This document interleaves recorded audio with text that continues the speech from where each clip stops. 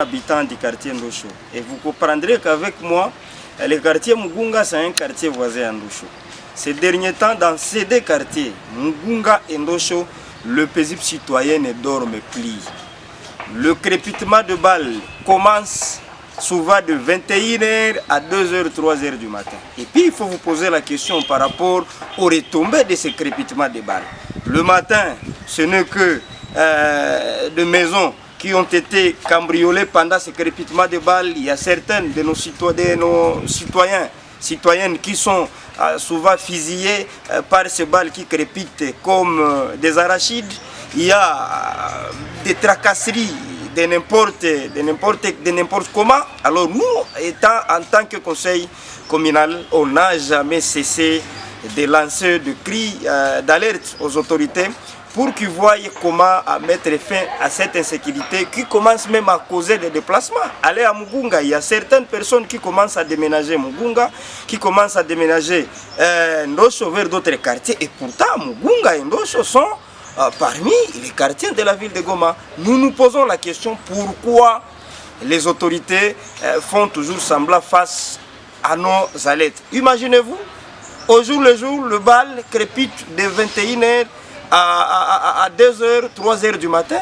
On a donné même certaines causes qu'il y a un groupe de soi-disant Wazalendo, et pourtant ils ne sont pas des faux Wazalendo qui seraient en train de circuler avec les armes à feu dans la ville de Goma. Il y a des boutiques qui sont souvent visitées par ces faux Wazalendo. Il y a des marchés qui sont souvent visités par ces faux Wazalendo. Ils se disent être des Wazalendo et pourtant ils ne sont pas des Wazalendo, parce que nous on connaît que le vrai Wazalendo se trouve sur les différentes lignes de front. Mais le malheur est de voir tout le monde qui était bandit, qui ravissait le téléphone dans les différentes avenues, s'est déjà transformé en un faux Muzalendo. Tout le monde qui mettait à mal les citoyens dans la ville de Goma, il s'est déjà transformé en un faux Muzalendo. Raison pour laquelle nous on est en train de demander des choses auprès des autorités.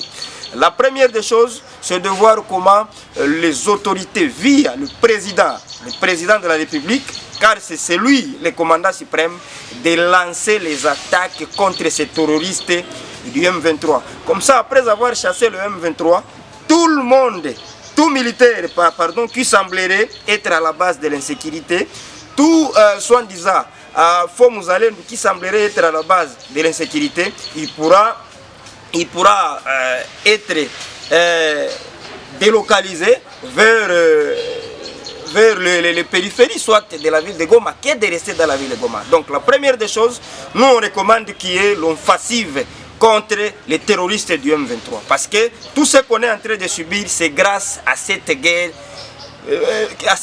imposée par les sanguinaires Kagame. Ça, c'est la première des choses. La deuxième des choses, c'est de voir comment entamer l'opération Zéro Faux Muzalendo dans la ville de Goma. Donc l'autorité, surtout le commandant de la 34e région militaire, doit annoncer la campagne Zéro Faux Muzalendo dans la ville de Goma, parce que les Wazalendo ne sont pas autorisés de circuler avec les armes à feu dans la ville de Goma. Cette recommandation n'est pas seulement aux autorités, parce que l'autorité, elle seule, ne peut pas finir avec cette insécurité qu'on est en train de pressentir, de sentir ces derniers temps du côté Ndosho, Mugunga, Katoi, Bujovu et Majengo. La population aussi, surtout les jeunes, sont priés à la multiplication des alertes, à la multiplication des dénonciations. Vous vous retrouvez devant un mouvement suspect de ce soi-disant faux Wazalendo et ayez le courage de dénoncer auprès des services de sécurité. Vous vous retrouvez devant un fait négatif et ayez le courage d'alerter le plus vite possible auprès des services de sécurité. Peut-être dans l'ensemble, la sécurité pourra revenir dans nos différents quartiers, car c'est le souci des paisibles citoyens qui ne savent plus comment faire face à cette situation précaire qui se fait sentir maintenant.